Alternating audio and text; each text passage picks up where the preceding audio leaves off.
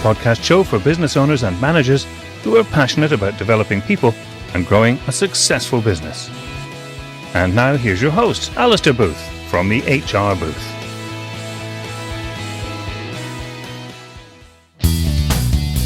Welcome to our latest episode of Fife Business Stories. Delighted today to be joined by Graeme Robertson from RGM Heating. I've known Graeme for a number of years and really looking forward to having Graeme on the podcast today just to share a wee bit about your story. Yeah, thanks, Alice. I'm really happy to be here. Yeah, fantastic. So we'll just kind of get started. Yeah, go for it. So, I've known you for a few years. I actually met you before you were Haldane. part of That's right. Yep. Aye. So quite good for our audience just to kind of talk to us about your journey. How did you end up at RGM? What's the story behind that? Okay. And how that all kind of came about? Okay. So my journey's been a bit different. I've never really went to university or anything like that. Never really got well with like studying and stuff. I probably don't have the attention span for it. And I just kind of went through job to job for quite a while. Just kind of went here and there. Kind of got bored with jobs quite easy. Didn't like working there. And it was only till I probably got to about 28-year-old where I kind of settled down a bit. And I went and did a course at college in AutoCAD. Right. And then I applied for a job at Haldane. I think it's about 28, 29, something like that. I applied for a job at Haldane as an estimator, where the AutoCAD and stuff came in handy, being able to read drawings and things. So I got a job there. I worked there for a good couple of years. Really great place. I actually went back there later. Really good team. Still speak to. I'm actually meeting one of the guys, Matthew, tonight for dinner. Yeah. I meet him every every sort of 3 months. So I worked there as an estimator. Started a trainee, became an estimator, and then I got a job in Edinburgh, working as a technical estimator for a company called Charles Henshaw, doing architectural glazing, so glass facades and stuff. Quite, really £3, £4, £5 million buildings and stuff like that. So the career took me into estimating. It wasn't planned. Yeah. I didn't enjoy it that much, but I could do it. There was quite a lot of different facets to the job. You had to be able to speak to architects, speak to customers, you had to understand drawings, had to be able to price stuff up and things. So it is quite a difficult job. So I did that, and I ended up going to a couple of companies, just couldn't really find my feet, if I'm honest with you. And just never really, I wasn't scared to go and try something new. Some people just like to sit where they are, they're comfortable. I've never been scared to go and just try something new and take a risk, and it's backfired a few times. Then ultimately it led me back to Haldane again. So I've been in touch with the guys throughout. The best place I've ever worked with the team and the guys that are there. Really enjoyed my job, and I went back there for another kind of couple of years. And then COVID hit. So I was furloughed, and I think I left Haldane and I basically started my own business. I started RGM. The reason I kind of did that was, I've always kind of wanted to start a business. I always kind of felt that maybe I wasn't lasting in jobs or wasn't enjoying jobs as much, just because I would just get frustrated with things that were out of my control and that I had no right to get frustrated with. And, so I thought, I'm going to start my business. I'm actually going to be responsible for everything. I'm going to benefit from my decisions and from my hard work. And started with my two friends, Andrew and Ali. And that's us nearly 6 years now. So it's the longest time I've ever spent in a job. So obviously it's obviously working. But that's kind of how I've ended up at RGM. It's a bit strange how we've started, because I didn't really have too much experience with boilers. Yeah, so I was going to ask that. Yeah. So obviously I worked for British Gas before doing sales, so I did have a wee bit. I'd worked in the eco industry a little bit as well, so I did have basic knowledge. But it's my business partner Ali who's the more technical one than me. I wouldn't have gone into a boiler business on my own, so I wouldn't know enough about it. But Alistair's kind of the technical one. I'm the kind of one that's kind of ran and built up the office, done all the systems, put all the systems in place and everything. I deal with the office staff and things like that. So that's kind of how I ended up at RGM, and I've not really looked back, to be honest. Brilliant, and it's been a bit of a journey. Unusual journey, Good. So what made you kind of think about kind of gas and plumbing and heating then as a business? So was that something that was just the three of you got together and decided that's the business you're going to set up, or was there other options you kind of considered? There's a multitude of reasons, from it being kind of COVID proof, as in even in when obviously we're in lockdown and stuff, we wouldn't do non-necessary work. but we would still be repairing heating systems, replacing heating systems because they were essential. There was something that we thought would be recession proof as well to an extent, because if your boiler breaks, you still need to replace it. Yeah. You know, Alistair obviously had more experience in that industry. I'd have a little bit of experience in heating. It's something that we thought we could grow. There was a multitude of things you could offer. You know, you could do repairs, you could do servicing, you can do installs. You can also have cover plans that we kind of have as well to have repeat customers. And ultimately, renewables is where we kind of seen the world going, or the construction world going. So we obviously thought once we'd kind of got the heating side all set up and things like that, there was the opportunity to move into heat pumps and solar. So that's kind of, the three of us kind of came to that conclusion. There was a few other, I can't remember off the top of my head what else we thought about. I think I remember thought about windows and doors or something, just randomly. But that's kind of how we ended up going into heating. Brilliant. It was thought out, and believe that. So COVID then kind of presented an opportunity, and that probably was the catalyst for you kind of moving into your own business. Yeah. Brilliant.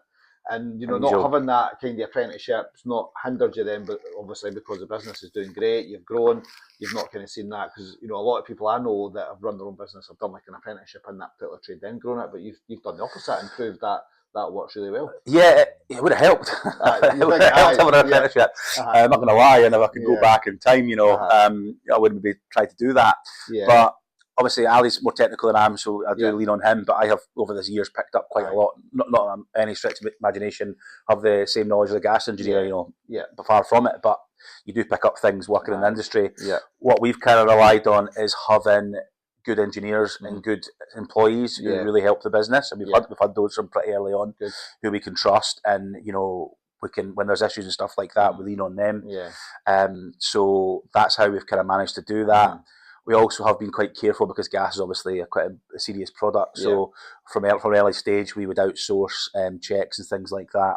So, you know, we are relying on our guys, but we also are going a bit above and beyond. And I've got a really experienced a guy that I got contacted through, and he's been checking jobs and doing toolbox talks and that for me for a while, just to give us an extra layer of protection, so that, like, you know, we are kind of checking and doing our due diligence on the guys as well, not just taking their word for it. But, you know, I can go to look at a boiler and I can quite spot some bad workmanship or something not wrong, and Ali can do the same. But, you know, just having the extra precaution is how we've done that. But that's a kind of, you know, probably one of your leadership traits is, you know, whilst you've maybe not had that technical expertise, you're really good at the systems, the processes, but actually getting the right people to do the right jobs, and that's probably what stood you in good stead as well. Yeah, I really have a lot of admiration for, you know, tradesmen who set up their own businesses, because, you know, at the end of the day, when they're knackered and they've done all their jobs, they've got to send the invoices out, they've got to deal with any customer issues, they've got to then try and work on the business, grow the business. Like, you know, hats off to anyone who's done that. Whereas I could spend my time in the day working on the business, getting the website going, dealing with inquiries, setting systems up, like you said, working on sales, and that's the kind of way we've been able to grow. We wouldn't be able to grow as quickly as if one of us was a heating engineer, because we're too busy on the jobs. Into the day-to-day. So skills we've got transferable, and that's kind of how we've managed to do it. But it has been challenging. There's a lot of luck. You know, like, we've made a lot of mad mistakes, like any, like, you know, yourself. We've all made mistakes. It's just just dealing with it and relying on our staff to kind of help with that. And so we've been really lucky. We've had great guys. Yeah, good. And how have you found that transition to leadership? Because obviously, when you and your partner started the business, it's now growing. So what's that transition been like for you in terms of being the leader and director of the challenging? You know, I always say having employees and staff is one of the most rewarding aspects of running a business, but it's also one of the most challenging. Because what it took me a long time to sort of comprehend and understand is not everyone's like me. Where I would work a certain way. I would just worry about myself, and I would just kind of head down, get on with what I need to do, and then and, you know, I didn't need too much. Maybe when I was younger, but like when I was a bit older, I didn't really need too much management. I just needed direction and leadership myself. So it is very challenging, you know, make mistakes. I'm not the perfect manager, leader or boss by any stretch of imagination. I'd be lying if I said I was.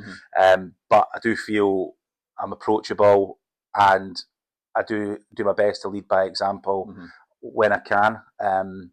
You know, and I've got a great team behind me, and, you know, if it wasn't for them, we wouldn't be sitting here. So ultimately, I would say the praise is more towards the guys and the team. Good.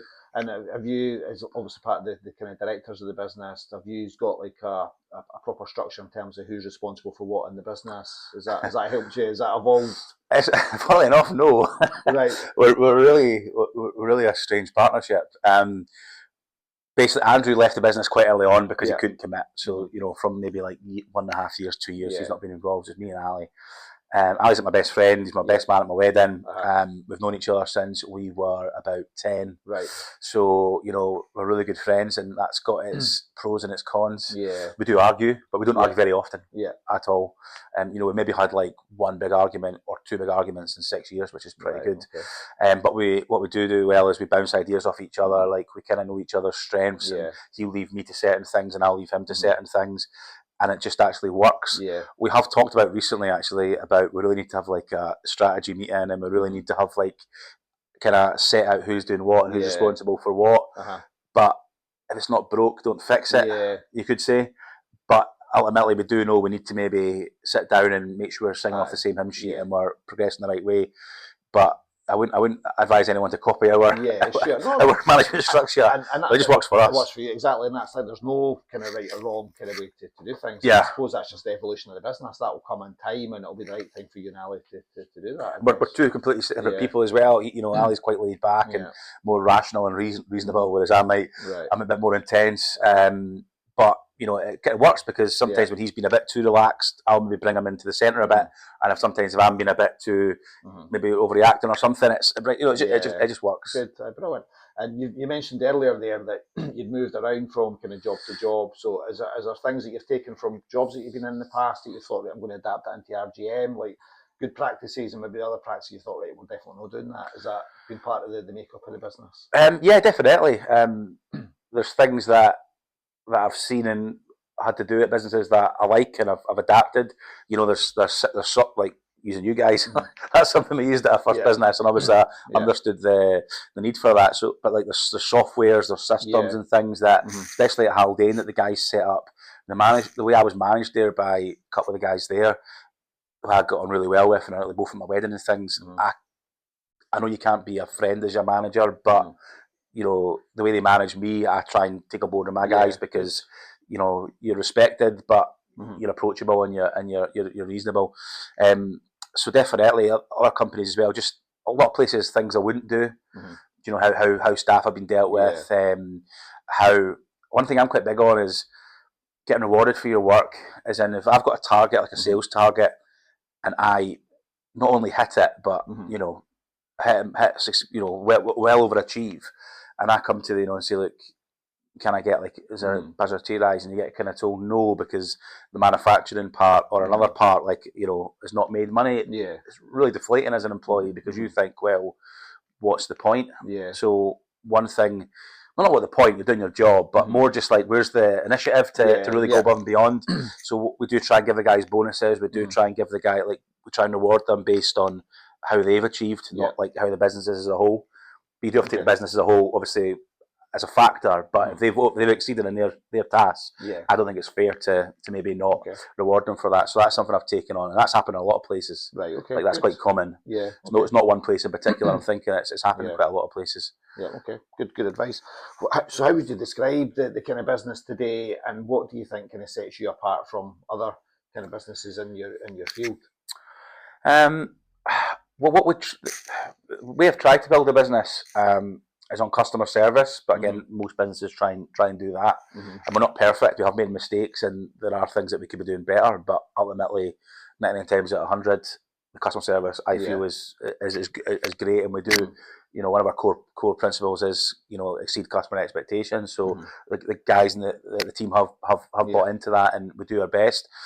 But the other thing I've tried from the start is to buy into the community, to look into the community and help where we can. We're quite a community-focused company. There's things that we've done that I don't see many other companies doing anywhere near. Like we'll talk about it later, I'm sure, but the community heating project that we set up, that's unique. I don't know anyone else that does that in Scotland. And it was my idea just to kind of give back, and then it just grew arms and legs with speaking to the right people. I got really lucky with that, and having great people to help. But the community side, we did things like, not that we we do it for publicity, but as running a business, when you're spending company money on things like that, you have to be able to justify it. So sometimes putting stuff on social media and advertising what you're doing, I don't feel right about doing all the time, but unfortunately it's just part of it. The company's paying for it. The company has to benefit some way from it. So things like doing our Santa's Grotto, we did in December there, was a massive success. We're doing that again. Just a number of things we do for the local community, and we're going to keep on doing those. Good, fantastic. I know you do a lot yourself as well with schools and things, so I'm trying to do a bit more of that. Good to give something back. Yeah, definitely. Well, I'm born in Fife, grew up in Fife most of my life, so Fife means quite a lot to me, and I was in these guys' shoes once, so doing things for kids. We're in Glasgow doing a thing with Vale and Walmart's not long ago with it about apprenticeship stuff like that, and it was really rewarding and a really good use of time. So just want to kind of give back. Good. No, it's good to hear that, Graeme. So you touched on there around customer service and exceeding customer expectations. So how do you get that embedded with the team? Like what do you do to make sure that that's a core principle, but the guys really understand it? Coaching, training. Yeah. You can't force anyone to believe it. You can't make anyone. So coaching's the best way to do it. I created an operations manual, which is still take me a long time to finish. But I've really tried to build in the core principles in there. Like it's not as a case of you need to do this. It's like this is why you do this. You need to respond to customer inquiries. Within a set period of time. And it's like, why do you do this? And it's like, so the customer appreciates the quickness, the efficiency. They understand that their inquiry is important to you. And if you leave it for 2 days, if you were a customer, how would you feel? And it's like not very important, and that's not right. It's like if you're in the customer's shoes and you dealt with that the same way, how would you feel? And if it wasn't exceeded expectations, you need to improve on that. So it's not a case of calling anyone out or criticising. It's just a bit of training, and when people do make mistakes, which happens, it's how could we dealt with this better? Getting external training in as well, stuff like that, just to try and build on these and get the guys to buy in. So just looking at learning opportunities and real life examples. It'll take time. That feedback. It takes time. Not doing all the right things. Good. So you touched on it there, just around the community heating project as an initiative. So do you want to just chat us through of course, how that started, why it's important to you personally, and what else you're doing as a business around that? Yeah, of course. It was a good 3-4 years ago. I kept coming across customers who couldn't afford to get stuff done. We, as a small business, couldn't afford to do much for them because obviously, we're a small business. And it was like, how do we fix this? So I had the idea of setting up a community interest company. It's like a mini charity without the trustees and the regulations, but as a non-for-profit, I've never taken a penny out of there, and I couldn't even have wanted to. So a community interest company set up called the Community Heating Project. And I managed to luckily get some great contacts through like Cozy Kingdom, Kirkcaldy, really big, big charity, and the council and things like that, and other places, Cottage Family Centre and things, and a few of the people there. So managed to come up with this. They managed to get some grants for various places. This is Cozy, and what it works is they'll get a referral. They'll send me a referral through, so someone's got to meet certain criteria. It's not massive, difficult criteria. But it basically, like, you're a homeowner, your heating's not working, and you prove that you're in fuel poverty. And then what we'll do is they'll send that to us. We'll then go out, investigate. If we can fix it, we fix it, and we'll have to replace the boiler, which sometimes it is, because a lot of times we come across families who have not had heating or water for years, and it's such a shame. But the boiler's not going to work after 2 years of being obsolete. So we'll then go and fix it, and then what we do is that's paid for through the grant. So RGM does obviously the work for that. It's done at a cost rate. It's done lower than I'd do anything else, like for anyone else, because I can't afford to do this. It's a cost minimum rate that's agreed with the grant and everything. There's no profit or margin markup or anything made at all. It's literally just done at cost price for us, and it's just a kind of way of giving. That's probably lose money actually the more I think about it, but it's more about just giving back and helping people. And we quite often get letters of thanks and things from people, and it's really rewarding. It's a real big boost, I feel, for the guys in the office and the engineers and stuff when they do all this work, and they spend a lot of time with these people, with people who need help, and they get a wee letter and stuff like that. So it's really rewarding.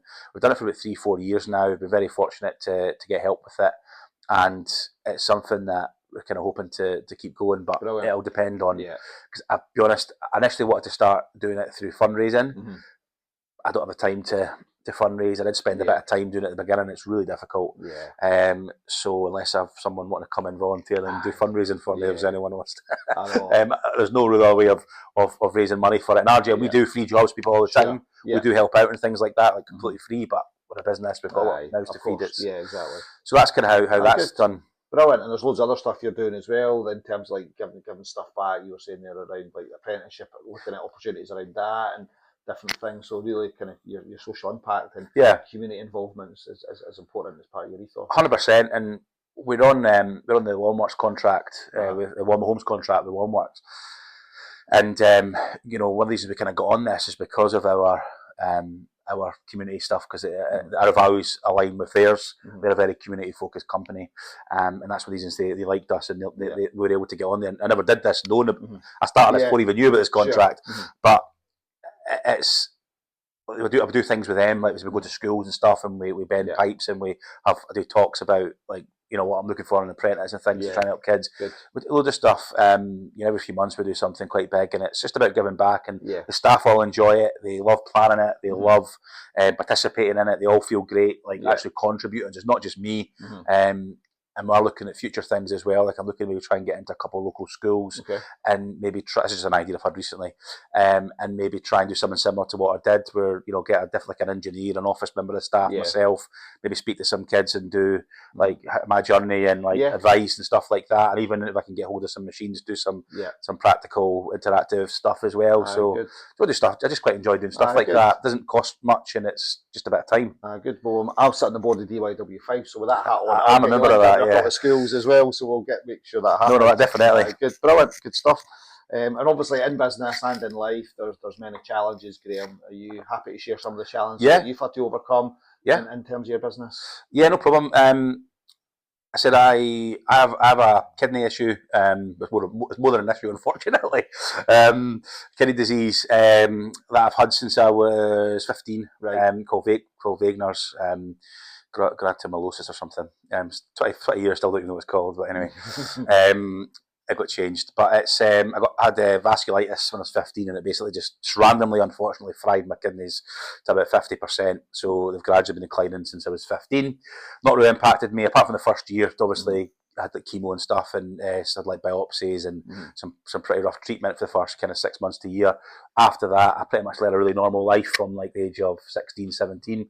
So I really can't complain too much. But then it's obviously been gradually going down, because I have like regular meetings with the specialists since that age. And then unfortunately, about 3 years ago, so how old have I been? 37. I got told that, look, your kidneys are now getting to the percentage where like dialysis is going to be your future, which I always knew. It's not a surprise to me. Fortunately, dialysis treatment has come a long way since when I was first in. It's not as invasive as it was, so very fortunate with that. And so it was also the time I was having my first kid as well, so it was a bit frustrating, but I think my wee one was born in May 3 years ago, and then I had to get the surgery for a fistula in my arm like about 4 weeks later. They planned that so I can kind of hold my wee one and stuff for the first time, because obviously I had, like, when I got my surgery, I had to like 6 weeks of not lifting anything. So anyway, I got surgery. I think I had a fistula in my arm. I said I won't show you. It's not actually that bad, but you can see it's a bit a couple of wee small lumps in there. But again, it keeps me alive. That's just bruising from it being needles. But when I first got it, you wouldn't really know anything was wrong, and it's that's kind of how I get my treatment. So from 2.5 years ago, I've been going to hospital in Kirkcaldy, Dunfermline, twice a week for 5-6 hours at a time. I currently go in Monday and a Friday afternoon for 5 hours, and obviously the waiting and getting set up and stuff. And I basically get dialysis for 5 hours. I'm quite fortunate because a lot of people go in 3 times a week, but I'm okay to go in 2. It's because I still urinate, which is very rare amongst kidney patients. So I'm quite fortunate in that regard as well. And that's the biggest challenge I've got, because it does impact my work. I can get tired. I can get illnesses a bit easier, like colds and flus and stuff, because my immune system is not the greatest. It can hinder me. Like if I'm being honest, if I look back how I was the first 3.5 years of my business and how I am now, it is a lot different. Like, I never took a day off. Yeah. You know, I never took a holiday. I was working like weekends, putting in, you know, to build the business up. And now, not that I don't work hard and I don't work every day, I do, but there are times where I had a bit of respite or a bit of, you know, a bit of time to myself, which isn't ideal, especially when you're trying to kind of lead by example to the guys, because obviously, you know, if you don't want people off sick all the time because it really impacts business, but then sometimes I can't help it. But I'm in a different situation, so exactly. it's different. But and all the guys are really understanding, no one takes advantage.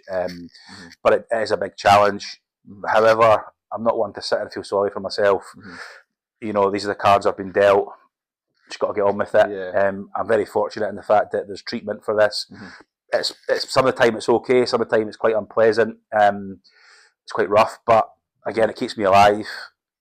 Yeah, there's a lot of people who get illnesses that get weeks and months and stuff like that. So I'm not a victim. I'm not. You know, I'm quite lucky. That's the way I look at it, and I just get on with it. But it does impact business. Yeah. I suppose that's a good thing, having a great team around you. Exactly. Because, I mean, that's the thing. Like, whilst you're saying you're taking that time out, the business, well, I need you to take that time out so you're still there. You know, and always available. Always available. Exactly. So I think having that great team around you allows you to do that, and that's the right thing. 100%. And the business. 100%. And then one of the other reasons for setting the business up was I knew this was coming. I don't know when it was coming, but I knew it was coming. And if I have to take afternoons out of work, I don't get paid for that. So that impacts financially. So fortunately for me, I obviously still get paid, but I do work when I'm in the hospital, of course, and I can pick up stuff later on. Having a great team is the way I can do it. Yeah, no, definitely. And I think that's the thing as well. If you were in employment, it'd probably be more challenging. Well, I could go in the evenings, but then I'm going to be exhausted. On your family life and stuff, so you've got that flexibility to a certain extent. And I have, for 2.5 years, I've not always been afternoons. I was evenings for a long time. But then I'll be honest, I kind of miss seeing my little girl at night. So I was at a stage where I could still do some work while in the hospital and then pick up work after or whenever, but I couldn't get that time back with my daughter. So I fortunately managed to get a slot in the afternoon, but it's not always that easy in the hospital. No. Thanks for sharing that. That's okay, it's a really personal story, and I'm sure the audience. I'm sure there's maybe someone out there listening who's going for something similar. And it's a really positive kind of outlook you've got on that, Graeme, as well. I think I kind of have a mentality of, if you kind of live your life and you think positively and you have a positive attitude about things, so you're more likely to have a kind of positive outcome. Whereas if you're constantly feeling sorry for yourself, victim, excuses, you know, it's my fault, you're more likely to have a negative outcome with your life. I know, but sometimes, you know, you have moments where it's tough or you're struggling, and that's okay. You've got family and friends to support in my life, and that's obviously been really helpful with that. But you just kind of got to get on with it. Life goes on. Yeah, no, good advice. I hope so. So move back on to work stuff. Right, it's also a wee bit deep, and appreciate you sharing that. No problem. So in terms of like your ideal customer, then what does that kind of look like for RGM, and how do you go about attracting that type of customer? That's a tough question. For me, there's not like a specific type of customer. We do so much different work. I just think a customer who wants to deal with a company who share our values, who share our core values, and kind of just wants a company to come in, do an honest job, wants to pay what we need to pay to get the job done.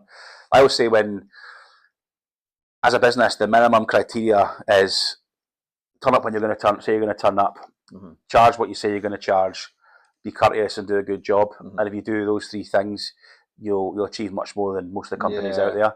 And from a customer's point of view, a customer that wants that and expects that, I think they're the sort of type of customer we want. Customers are challenging, but they're also really rewarding. And we have some very difficult customers, and we have some, but they can still be great people, great customers. We just kind of want to do our best by our customers, and we do make mistakes, but we do lead. We don't have a blame culture at RGM. I make mistakes. Everyone makes mistakes. What we have a policy of, if you do make a mistake, you hold your hands up. You're honest. You admit it, and we spend our energy trying to sort that and deal with it. And customers could generally get over mistakes and issues as long as it's dealt with the right way. Yeah. So we're just looking for customers who want to work with a company who care about the community as much as we do, who want courteous, respectful people in their house, and are just kind of looking for customers who are loyal and who will stand by us, kind of thing. Brilliant. And I suppose that's the thing as well, back to your core principles around exceeding customer expectations. If you do that, that word of mouth is so important that you know, can generate more customers for you, because people will really value the service and the you know, that support you've given. 100%, and we've obviously grown quite quickly over the years. So you're up to about 20 staff, 21 staff in sort of 5.5 years, but that's not all great. There's growing problems with that, and one of the things that we've kind of identified is maybe we've taken our foot off the gas a little bit with not foot off the gas, more just we may not focused on issues and complaints as much as we should have because we're so busy with this contract. But we have noticed this, and we have addressed this, and we have put training and things to basically ensure that it doesn't matter where a customer comes from, doesn't matter the situation, doesn't matter how big their job is. We need to basically ensure that customer is treated the way they should be treated, and just growing we've encountered problems with that, but we are looking to address that, and we are doing our best. Good. I like your approach to dealing with the customer service issues, like looking at the root cause and how you can learn from that, and just people taking ownership and accountability. I think that does work. Just don't jump on someone and make a mistake. You know, that this isn't the correct response. Do you know why? No. Well, this is why. How would you respond? You know, this is what it's just learning, and training and coaching. That's what we need to do. Back to that, what you said earlier. I totally agree. Good. So we've obviously enjoyed quite a good relationship for a number of years. So, as you know, is there any way in which that's going to help your business over the years from an HR perspective? Yeah, 100%. Not to blow your own trumpet, but I would struggle without. I wouldn't be at this stage without HR advice. At the beginning, you know, when we're smaller, we got you pretty quickly, but that was more to help us with all our processes and our policies and all that. And then obviously, I'll be honest, we didn't need you as much for a period of time, but you did say that at the beginning. You went, we're going to help you massively at the beginning, then you're not really going to need us for a period. And that's what happened. And we still got some of the policies to this day. Well, most of them, unless you updated them. So that was really helpful. It was vital, to be honest. You know, you could wing it and one-man band go in, but if you want to build a serious company, you need to take HR really seriously. Especially if you've got one member of staff, like, if you don't deal with that person correctly, you know, if you're having to let them go or discipline, or you don't deal with that correctly, like you're not going to make that mistake twice. So we fortunately had you guys from the start and could deal with that correctly. And then what I've noticed is the bigger we've got, the more staff we've got, the more I'm on the phone or asking for stuff. So I don't think there'll ever be a stage where we don't need you guys or any HR person. It's always comfort having that phone line and the advice there, and having a dedicated person like Rachel who's got to be great with us. Brilliant. No, it's good. So couldn't say any more. Fantastic. And I suppose that's the thing as well. What's good about you is that you recognise the value of people and try to create a culture. So from our point of view, you're a really good client to deal with, because you want to be proactive and do the right things and look after your staff. Even just if someone's like, this person's not progressing, it's not just like we don't want to get rid of them, it's like we don't let them go. It's like how do we get them to that? And it's like you put training practices or you know, things in place, and you help with that. So it's not just a case of have you thought about trying to coach them and train them, have you done everything you can, rather than just it's not working, because when you're a small business and every penny is you know, if someone's not doing their job, it's really easy to just part ways. But you know, we have learned experience that you can coach and you can train, and you end up getting a really valuable person. Good, brilliant, good advice. So I've noticed on LinkedIn recently as well, so I'm going to ask about the next 5 years for RGM, but I've noticed a wee bit of change in some of your posts recently around helping other businesses in terms of processes and systems, so maybe moving into like the consultancy world. Do you want to share a wee bit around that? Because I've really enjoyed kind of reading some of that recently. No, it's really, really early stages. But I've always kind of wanted to, something I've always wanted to do is help small businesses. You know, if they've got like not making enough money, you know, as if like we're busy, we're not making enough money, or we're not productive, or just like issues of business. I've always kind of wanted to be able to help. You know, I feel I've got a lot of experience, a lot of knowledge, you know, a lot of contacts, a lot of things that I could really help small businesses turn around or improve or whatever. So I've kind of dipped my toes into the water ever so slightly on LinkedIn. I've not even set up like a business properly or a Facebook page or anything, so I'm really right at the early doors of it. I just kind of wanted to put my foot in the water. I've not really got anything kind of to deal with as of yet. But again, I'm not too worried at the moment. If someone comes along in 3 months' time that needs my help, I'll happily help them. And I'm not. I understand if I'm targeting small businesses, I can't be charging the earth. Like I know people that do consultancy and they charge $2,000 a month. I know. Like that's great. Yeah. But someone who's struggling in business is not going to be able to afford to pay that. So I would be asking for that. Yeah.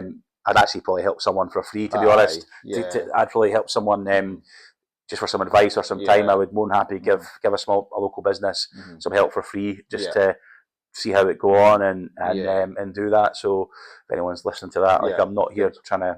It's more of an interest of mine and something I want to do than a way to make some quick money.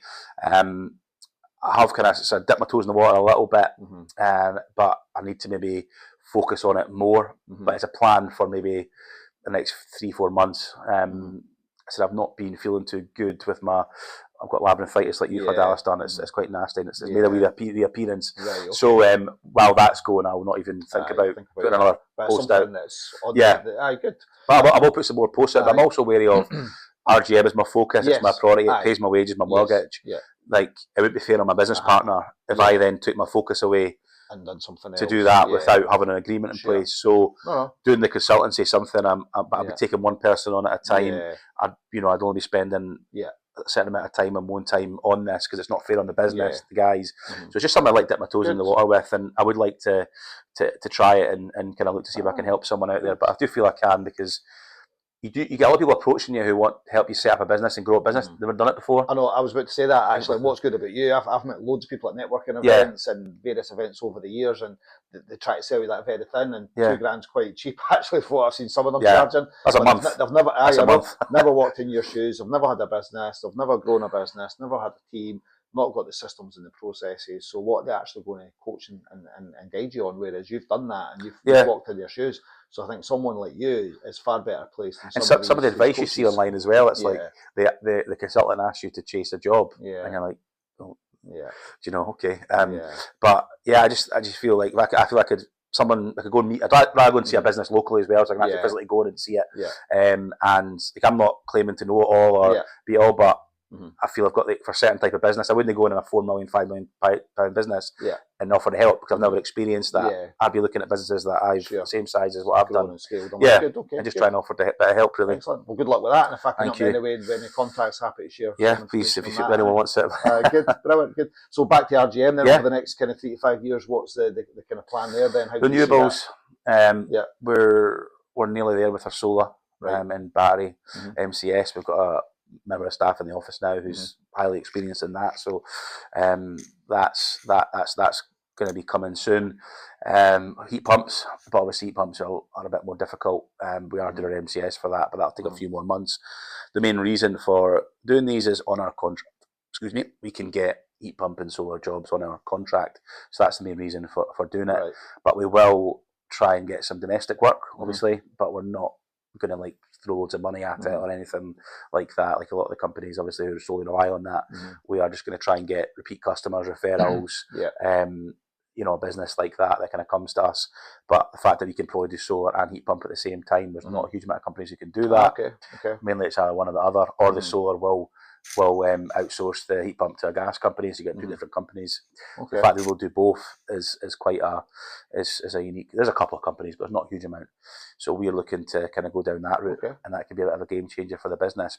But we do need, specialist staffing for that. We can't, we couldn't do a heat pump without a specialist in the company. That's not possible. That's quite exciting then. What's on the horizon? Yeah, hopefully. Fantastic, good.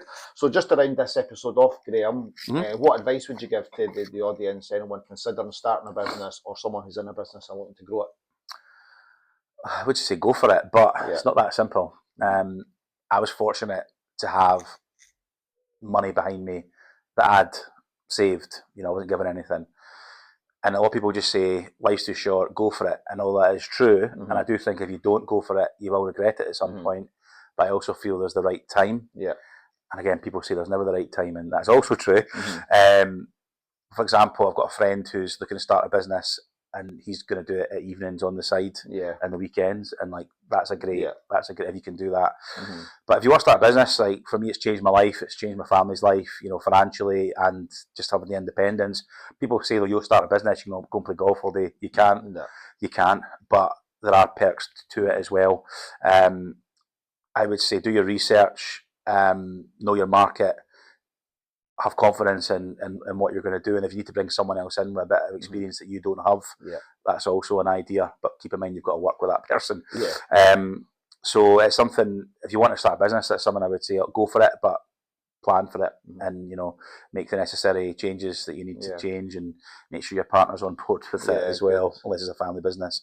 But yeah, ultimately just go for it, take a chance on yourself, but do it sensibly. Robert, I probably contradicted myself with 3 times. No, not at all. And I think having the right people around about you is really important as well. Just 100%. You've done that with your team and probably your suppliers as well, so it's really important. So I just can't stress enough that it's all worth taking a risk.